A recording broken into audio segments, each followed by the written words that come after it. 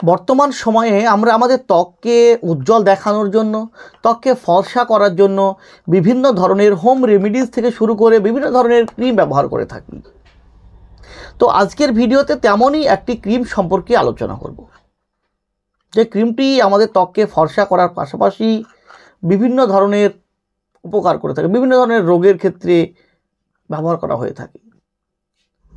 আজ জানবো ক্রিমটির সঠিক ব্যবহার সম্পর্কে, অর্থাৎ কোন কোন কন্ডিশনে কি কি সমস্যা দেখা দিলে ডাক্তারবাবুরা সাজেস্ট করে থাকেন এই ক্রিমটিকে ব্যবহার করার জন্য, এর সঠিক নিয়ম কি ব্যবহার করার, কিভাবে ব্যবহার করলে আমরা এর সঠিক উপকারটি পাব, তাছাড়া এর কি কোনো সাইড ইফেক্ট আছে কি না, যদি থাকে সেগুলো কি কি আসতে পারে, এবং এই ক্রিমটির যে মেন সল্ট, এর যে মূল উপাদানগুলি সেগুলি কি কি এবং কিভাবে কাজ করে, তার মোড অফ অ্যাকশান কী, তার মেকানিজম অফ অ্যাকশান কী, সমস্ত বিষয়ে বিস্তারিত আলোচনা করব।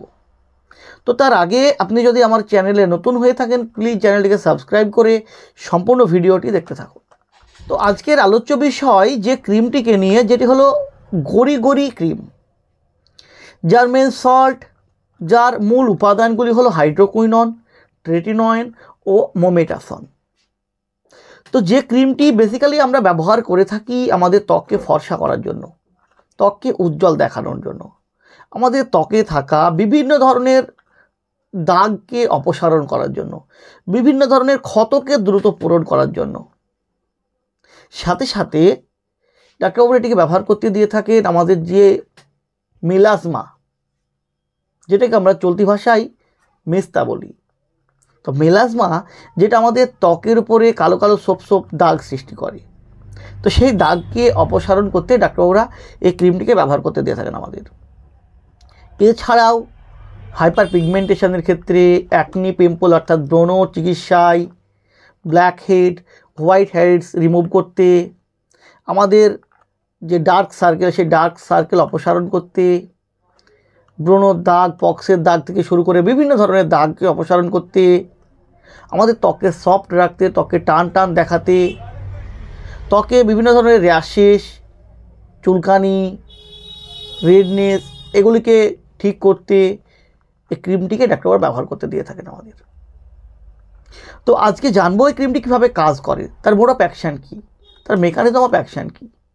তো ক্রিমের মধ্যে থাকা যে হাইড্রোকুইনন উপাদানটি, যেটি হলো ডিমেলানাইজিং স্কিন লাইটেনিং এজেন্ট, আমাদের জানতে হবে যে মেলানিনটা আসলে কী। মেলানিন যেটি একটি ন্যাচারাল পিগমেন্ট, যা আমাদের ত্বক, আমাদের চোখ, আমাদের চুল এর রং নির্ধারণ করে। অর্থাৎ যার শরীরে মেলানিনের প্রোডাকশান যত বেশি, তার স্কিনের রং তত ডার্ক, তত কালো, এবং যার শরীরে মেলানিন প্রোডাকশান যত কম, তার স্কিনের রং তত উজ্জ্বল, তত ফর্সা। তো যেহেতু হাইড্রোকুইনন যেটা একটি ডিমেলানাইজিং এজেন্ট, স্কিন লাইটেনিং এজেন্ট হিসেবে কাজ করে, এটি কি করে আমাদের শরীরে মেলানিন প্রোডাকশানকে কম করায়। ফলে কি হয়, আমাদের ত্বক আগের থেকে অনেক উজ্জ্বল দেখায়, অনেক ফর্সা দেখায়। সাথে সাথে এতে থাকা যে ট্রেটিনয়েন, যেটি ভিটামিন এর একটি অ্যাসিড আকার, এটি কি করে আমাদের ত্বকে থাকা বিভিন্ন ক্ষতকে দ্রুত পূরণ করতে সাহায্য করে।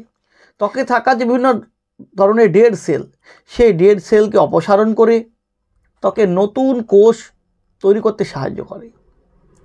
আমাদের ত্বকের কোলাজেনকে বাড়িয়ে আমাদের ত্বকে টান টান করে তোলে, ত্বকে সফট রাখে, ত্বকে থাকা যে acne, pimples, white heads, black heads এইগুলিকে ঠিক করতে সাহায্য করে। অর্থাৎ আমাদের ত্বকের যে লোমকূপ, সেই লোমকূপগুলির মুখ খুলে দিয়ে আমাদের black heads, white heads, pimple, acne এগুলিকে ঠিক করতে সাহায্য করে।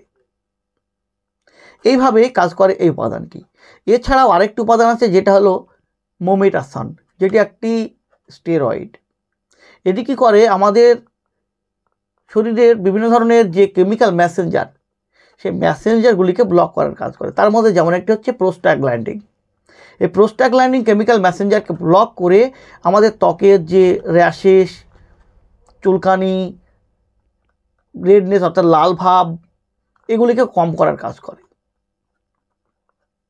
তবে বর্তমান সময়ে এর অতিরিক্ত ব্যবহার অনেকগুলি সাইড ইফেক্টের কারণ হয়ে দাঁড়াচ্ছে।